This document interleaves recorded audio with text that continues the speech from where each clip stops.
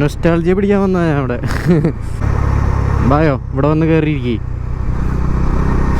ൂപ്പന്മാർക്കൊന്നും ബോധല്ലേ.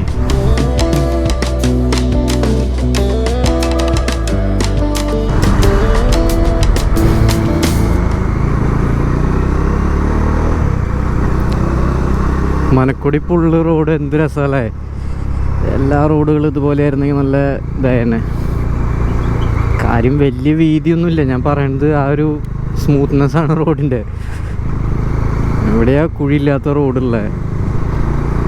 എല്ലായിടത്തും കുഴി. കുറേ നാൾ ഭയങ്കര മോശാവസ്ഥയിലായിരുന്നു കേട്ടോ, പിന്നെ നന്നായി.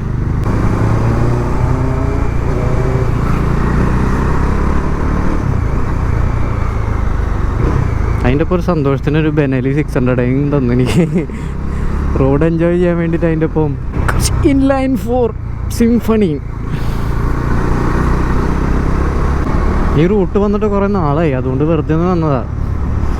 നല്ല റോഡെന്നൊക്കെ ഞാൻ പറഞ്ഞില്ലേ, അത് ആ ഒരു മനക്കൊടി ആ പുള്ള് വരെ ഒന്നും ഇല്ല കേട്ടാ. പുള്ളൊക്കെ എത്തുന്നതിന് മുന്നേ ആ പാടം ഇല്ലേ, പാടം എത്തിരിയാകുമ്പോഴേക്കും നല്ല റോഡൊക്കെ കഴിഞ്ഞ് പിന്നെ പൊട്ടിപ്പൊളിഞ്ഞ റോഡാണ്. അധികം പൊട്ടിപ്പൊളിഞ്ഞിട്ടില്ല, പക്ഷേ റഫ് റോഡാണ്. മറ്റേ ഇതുപോലത്തെ സ്മൂത്ത് പേവിങ് അല്ല.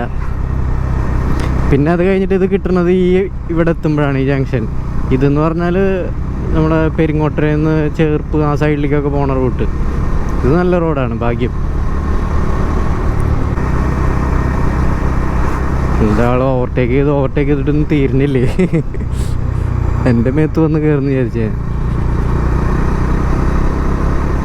കരിമ്പ് എല്ലായിടത്തും കരിമ്പ് ജ്യൂസ്. ചൂടുകാലമൊക്കെ കഴിഞ്ഞല്ലോ, എന്നിട്ട് എന്താ കരിമ്പ്.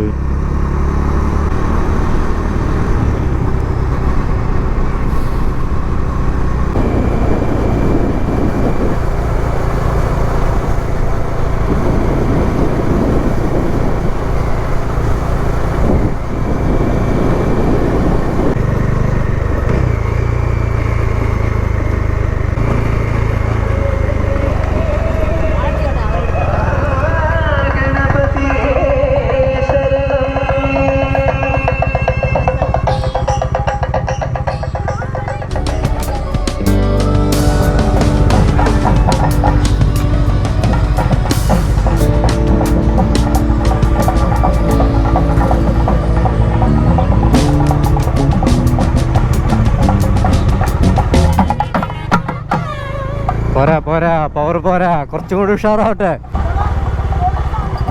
തുടങ്ങണല്ലോ, അതാണ് പരിപാടി.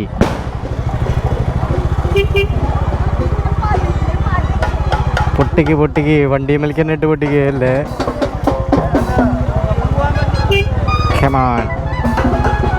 തുടങ്ങി വരണല്ലോ, സെറ്റ് ആവണല്ലോ, കുറച്ചേരം പിടിക്കും.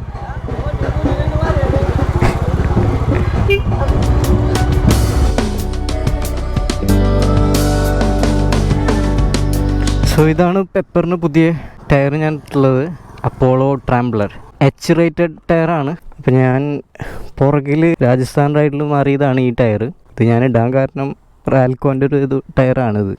അത് മാത്രം അവിടെ ഉണ്ടായിരുന്നല്ലോ, അതുകൊണ്ട് ഇട്ടതാണ്.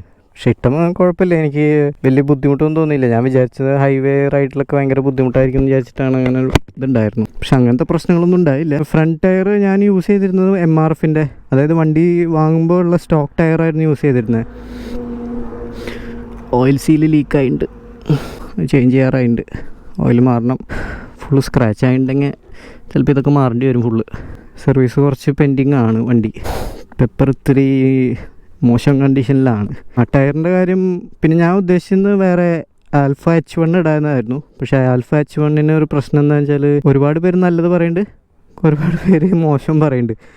അപ്പോൾ പിന്നെ ഞാൻ എന്ത് ചെയ്യണം എന്നുള്ളൊരു ഇതിൽ നിൽക്കുമായിരുന്നു. പിന്നെ എന്തായാലും എൻ്റെ നെക്സ്റ്റ് റൈഡിന് എനിക്ക് ഇങ്ങനത്തെ ഒരു ടയറാണ് ആവശ്യം. കുറച്ച് ഓഫ് റോഡിങ്, ഒരു ലോങ് റൈഡ് പോകുമ്പോൾ 95% റോഡ് തന്നെയായിരിക്കും, ഹൈവേസ് ആയിരിക്കും. പിന്നെ ഒരു 5% ആയിരിക്കും റഫ് ടെറൈനൊക്കെ ഉണ്ടാവുള്ളൂ. അപ്പോൾ ആ നേരത്തേക്ക് ആവശ്യം വരും.